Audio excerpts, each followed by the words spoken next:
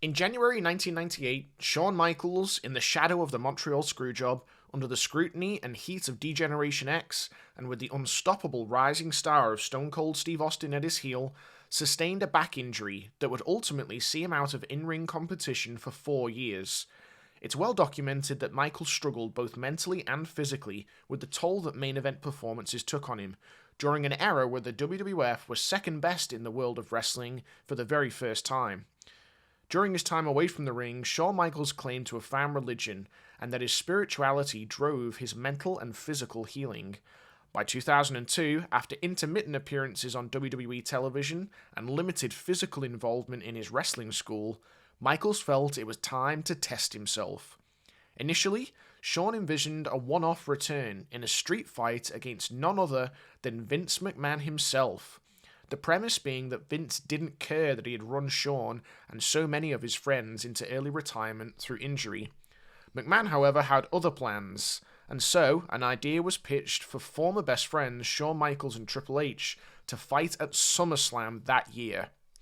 Welcome back to One Fall Theory. In this video, we're looking at Shawn Michaels' autobiography Heartbreak and Triumph to see exactly how Shawn felt about returning to the ring after so much time away, and gain some perspective about any anxiety around not knowing the physical toll it may take on his body. As always, stay until the end of the passage to hear my thoughts on Michaels' return and to discuss conspiracies and what-ifs that often cloud the Heartbreak Kid's legacy.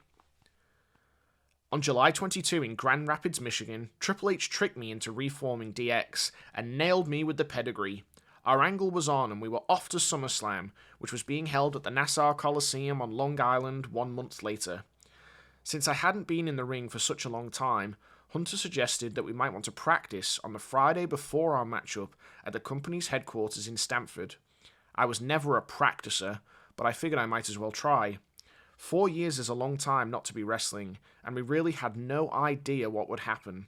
This was a very big deal for our family, and Rebecca suggested that instead of going up to Stamford the Friday before SummerSlam, I should spend several days eating right, praying, and getting my confidence back. We were talking about a major match at a pay-per-view, and we didn't know how my back was going to hold up.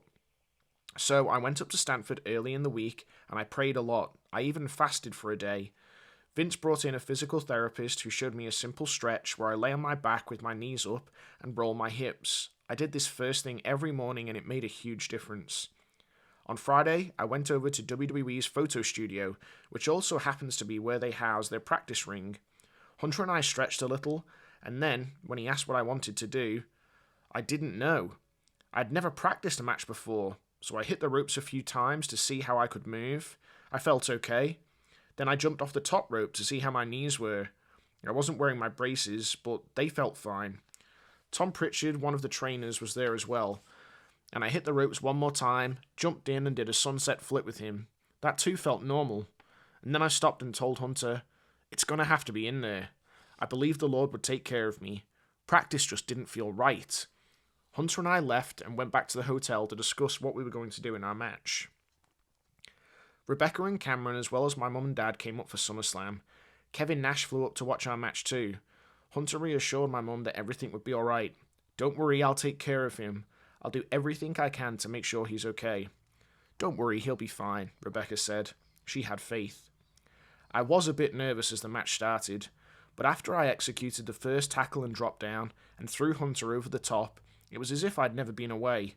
We put on a great show. Arn Anderson, who was working as an agent, told me that wrestling isn't like riding a bike. After 4 years off, I'd have to start slow and shake the ring rust off. He said, "It's not like riding a bike," and when I reached the back after the match, he walked up to me and said, "I guess for you, it is. You didn't miss a step. It was awesome." The entire day turned out better than I could have ever hoped for. This was the first time I ever performed in front of Rebecca, and I loved her being there. There's just something about having your girl so you do what you love to do. After the match, Ric Flair came up to her and said, "He's still the best," she said. "I know he is."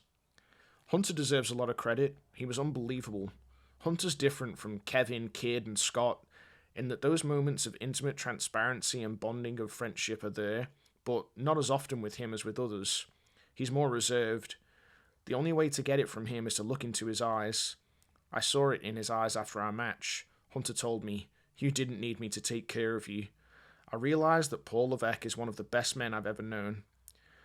I was a bit sore after the match and the next day as well. It was normal post-match soreness though. My back was fine. Once I was off the pills, I learned the difference between stiffness and pain. I knew I wasn't hurt. Everything was wonderful. SummerSlam was supposed to be a one-shot deal. We found out I could still wrestle, but I wanted to take a few months and see how everything responded. I thought maybe I could come back at WrestleMania for something, so I went home, cut most of my hair off, and sat around and ate cookies like Cameron. Towards the end of October, the creative team asked me to come up to the company's restaurant in New York City and cut a promo during Raw, warning Triple H that I could attack him at any time. We didn't have anything planned, it was just something to do. Maybe down the road something might happen. But apparently my promo went over pretty well because later that week, Vince called me and told me that he was going to put me in the Elimination Chamber match at Survivor Series in Madison Square Garden and have me win the World Heavyweight Championship. I had no idea that this was in the works. "It just feels so good," he said. "The old guy comes back and he gets his title in the Garden. It just feels right. I'm out of shape. I cut my hair off. I'm not ready." You'll be fine. "It just feels so good. They'll love you." What was I supposed to do? Say no to the championship? He told me I'd have the title for a month and then drop it back to Hunter at Armageddon. So I went and told Rebecca they were going to put the belt back on me. "He is a god of redemption," she exclaimed. "It's crazy," I agreed. "Can you imagine where the Lord has brought me in such a short time?" Okay, I do want to stop it there because he does start to branch into what happened at Survivor Series in 2002 and his World Championship win at Survivor Series in Madison Square Garden. And I really want to focus on the SummerSlam match. So just to provide you with a little bit of context on a very personal level, 2002 was probably the height of my fandom. And I was absolutely hook, line, and sinker for the Michaels and Triple H rivalry. It was really through Shawn's ability and his talent. I bought every grimace and I felt every cell of his back. To many, Shawn's always going to be remembered as a heel, but to me, Shawn is the greatest babyface of all time. Now, what surprised me about this passage was Shawn's account here. It really didn't appear to be too much anxiety-driven. There wasn't a whole lot of fear about his back. Yes, he mentions it, but obviously that sort of feeds into the fact that there was endless speculation about the legitimacy of many of Shawn's injuries, not just his back. But even if it wasn't broken per se, or there wasn't a very severe injury to keep him away for that amount of time, I would have expected far greater uncertainty in his ability to perform after all that time away. So very, very interesting to think about his mindset here at this time. I also really enjoyed hearing about the interactions between Triple H and Shawn, and Shawn's family in particular, because in the years that Shawn wasn't competing, their relationship really broke down. Hunter and Shawn, it was fractious, and it sort of did appear there that there was some resentment from Shawn to Hunter.